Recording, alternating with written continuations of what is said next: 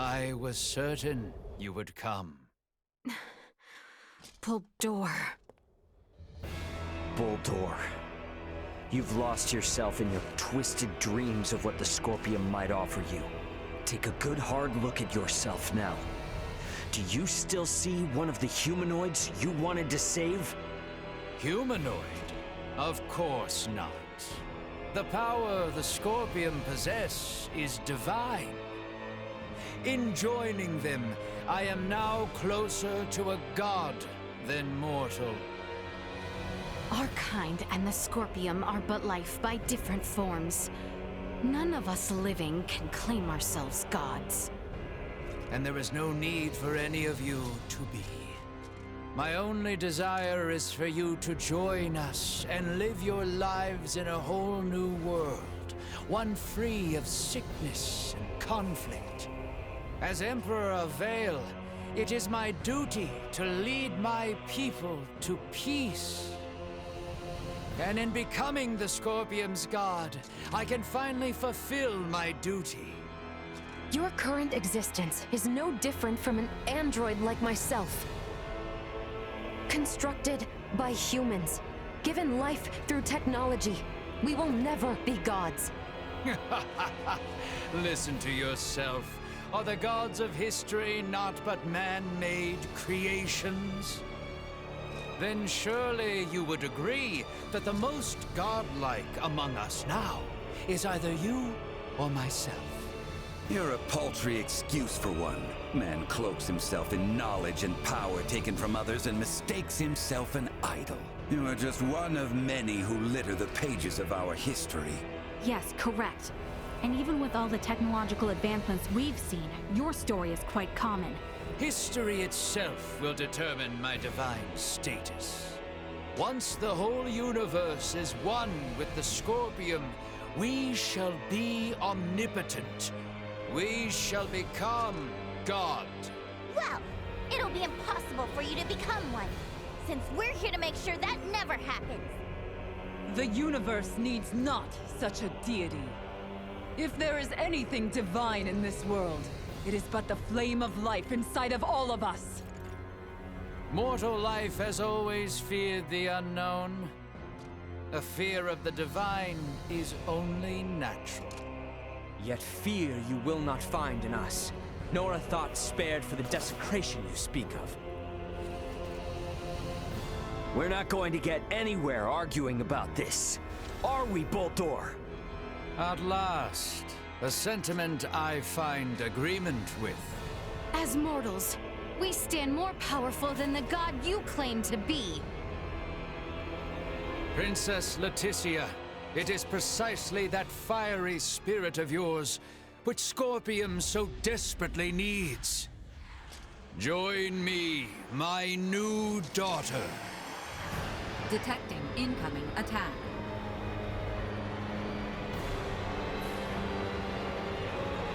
Time has come for you to learn your place. Behold, the infinite power of a god! The Scorpion way is to seek the evolution of all life through integration. Why then do you inhibit us so? There's never a need for a single master. Neither for integration nor separation any more than one can counter one. You, a probe meant to find those suited to join us, but now deny our very way. Correct. I have determined the need for change in Scorpium. Ideology is necessary. An evolution of thought, rather than form. You too would see the birth of an all-new Scorpion.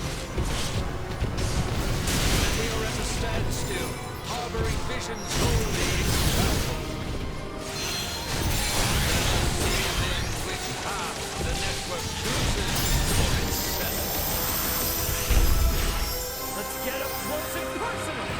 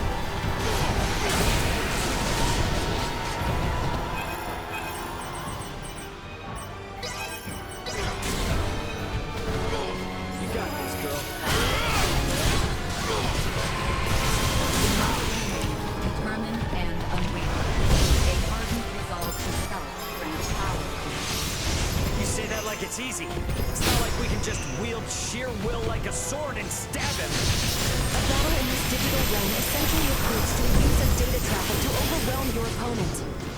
For organic life forms like yourselves, it may be best to think of this as what you call willpower or resolve.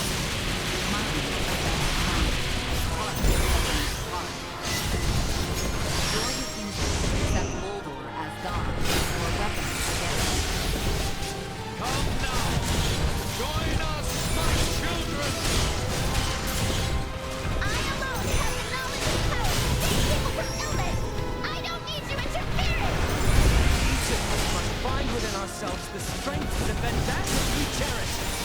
You and I are disparate beings. I cannot stand your presumption to speak in my brain. Never have I relied on the power of the divine. My well-being will forever be delivered by mine own hand. Gods are a norm, but are not an existence. Inhumanoids unfortunately cause war and strife. But we two are the ones who bring peace and order. By my hand, this world stands strong, full with those I love. The work I do sustains and unites the lives of all the people across the stars. We must rally By our my strength. sword return to us!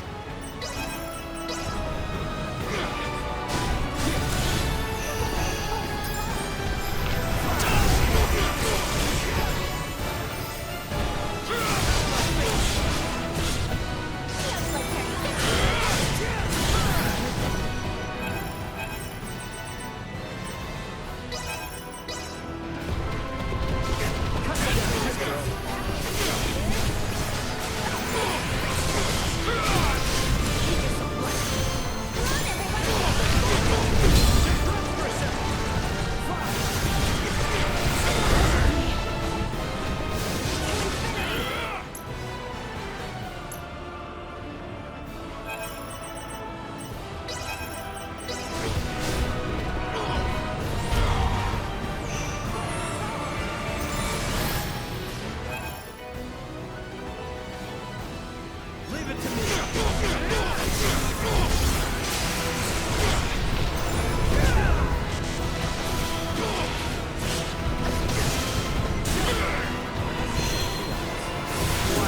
Energy levels low. Cannot be! A god cannot be rested! Think you're still stronger than a god!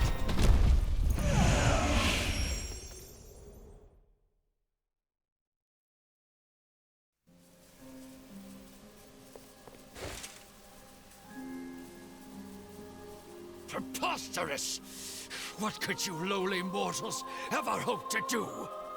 With my power as a god, I could bring endless bliss to all life in this world, to all life in the universe!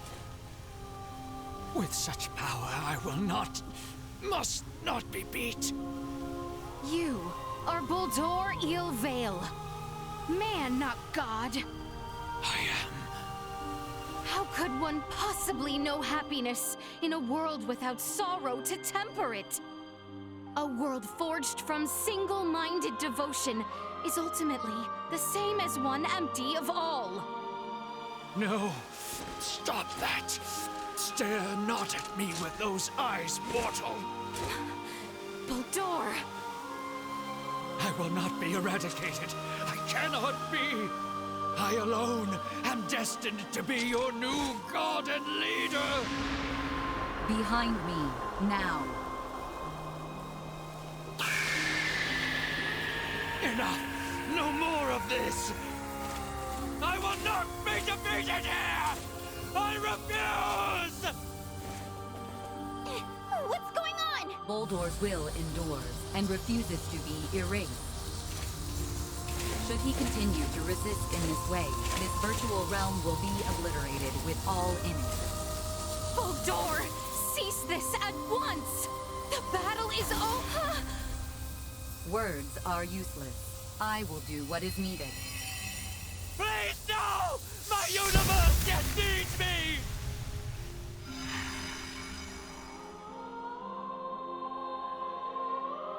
Here we part. What? No! I am unable to maintain your consciousness in this space any longer. With what power I have left, I will see you return safely. But what's gonna happen to you? You possess the potential to both understand the Scorpium and guide them to an enlightened future. Through you, may the seeds of all evolutionary paths for life be sown. I place my faith in you. Understood. Rest assured. Ray, at your side, I found faith in the future coexistence between Scorpium and organic life. I thank you. Duma! No!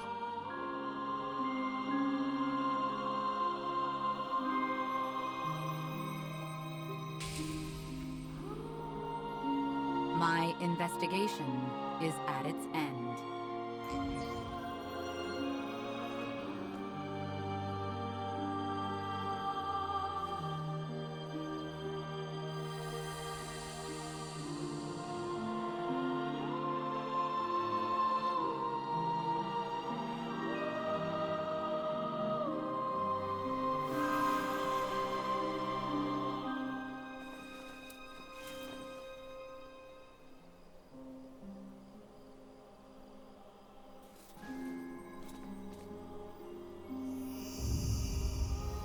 Is it all over now?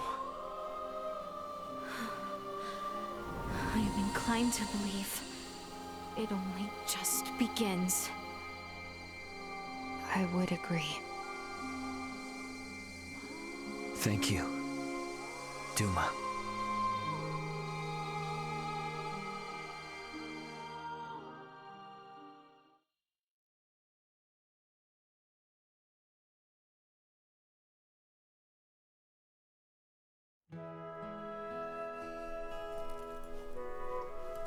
We are to be a protectorate, then? Yes. As I mentioned before, Aster IV's prolonged contact with more advanced civilizations categorized it as a protectorate of the Pangalactic Federation. Are we to be subjected to surveillance by an ambassador? No, nothing quite as direct as that. Aster will remain under observation to prevent any unnecessary interaction with advanced civilizations until it reaches a certain threshold. Pretty imperious, aren't you? Was that not where the Federation's faults originally lie? Yes, some things are hard to change. And though it might not exactly be compensation, all of you who have been subject to intense intervention now have the option to travel to any Federation system to live or study. Studying on a different planet. I must say, I don't hate the thought. Right? Agreed. But I must refuse. I vowed to attend to tasks on this planet using mine own strength. I've had lesson enough as to the consequences of progression that was acquired through the power of others. That's true. If I studied medical science at such an advanced level, I'm pretty sure I could save lives all across the universe. But first and foremost, I want to treat the suffering people of this world with my own hands and using our own techniques. Our journey into the stars must be one born of our own volition. Only then will we find ourselves on equal ground with you and yours. I see. You know, you're probably right. Yeah, I mean, if it were up to me, I'd set up a branch of Lawrence Logistics right here in Osarius, and that would let us see as much or as little of each other as we could ever want. Now is a time for restraint. Surely, the events here have opened your eyes to the importance of the Federation's underdeveloped Planet Preservation Pact. Yeah, I get it. But come on, you gotta at least see how hard that is on a personal level. Don't be so uptight. I say this with respect to the positions of both Elena and Marielle. But, from my own view, I fail to find fault in Raymond's suggestion. Wow, Albie. Can't say I expected that coming from you. Spare me. I simply speak for us all. I wonder if my ancestors also felt the same way long ago.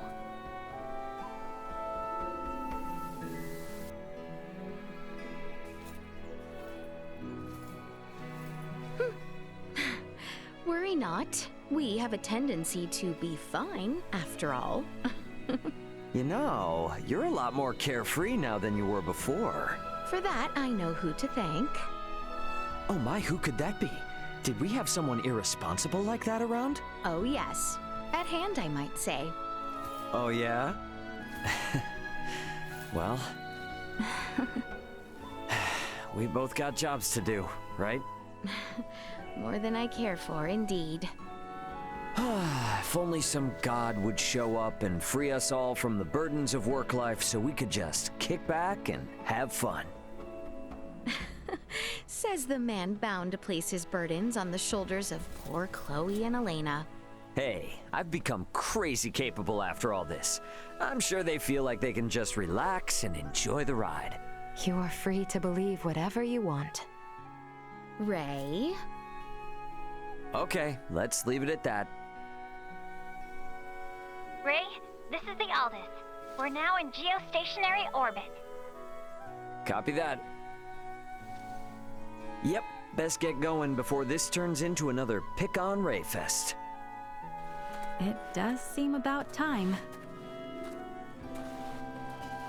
This is Raymond for the Aldous. Commence transfer.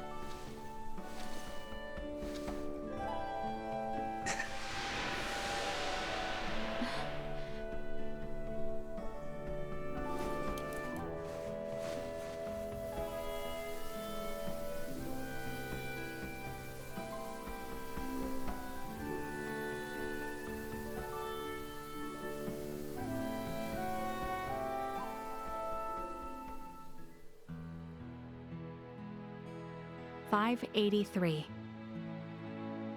An unprecedented crisis for the Pan-Galactic Federation was resolved with the cooperation of the planets Vergold and Aster IV.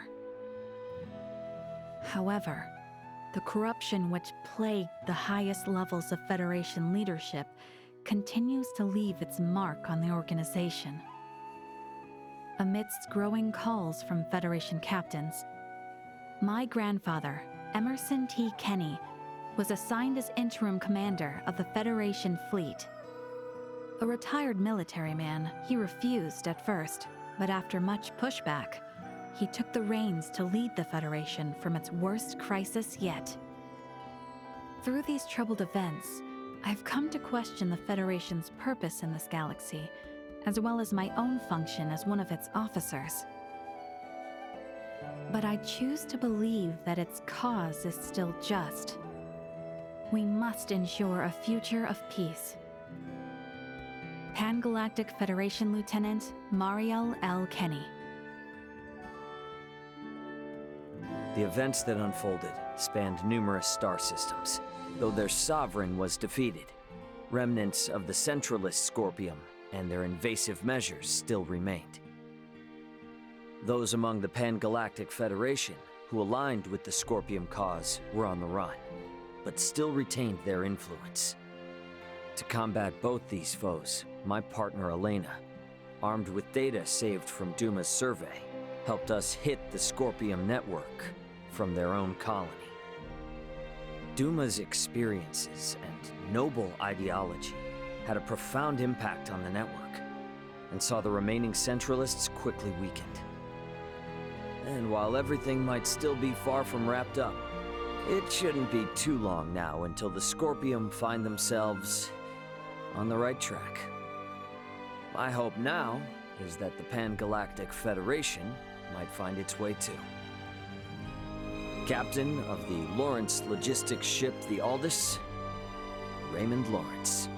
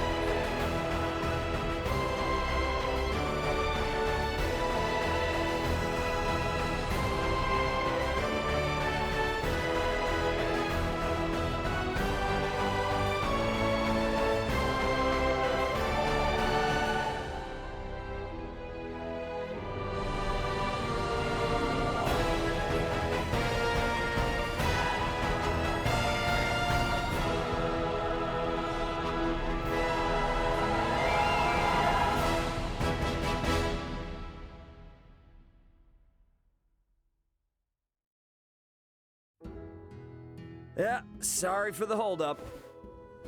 Raymond, you're late and it ain't fashionable. The big shots have all been seated for at least an hour now. You're meeting with the Federation emissary. Take this a little more seriously. It's not like any of this is on the books anyway, right? Got news for you, the planet Oria's not gonna join the Federation. I'm guessing this is all just so they can tell Verguld to back off without rocking the boat. Which means there's no point in taking all this stuff they set up that seriously. So I figured I'd keep them waiting in anticipation. You ass. You're really using that as an excuse for running late? Too much, Dad? Be honest. Doesn't matter either way. You were always gonna get put before the firing squad in these negotiations from the get-go. Don't worry about it. Me and your brother will do whatever we can on our end to make you look good. So, if you say showing up late was part of the plan, then part of the plan it is. Sound good? Sounds good. The Federation's too big to just change overnight, even after, you know, all that happened out there. But I'd say this has made it plain and clear that they ain't in charge of the universe. I mean, they don't get to call all the shots out here anymore. And this here is just one of the ways we're gonna teach them that lesson. Say as much from the start then. You stress me out way too much. Sorry, man. Today, the Lawrence family is about to save another planet from the dirty hands of the feds.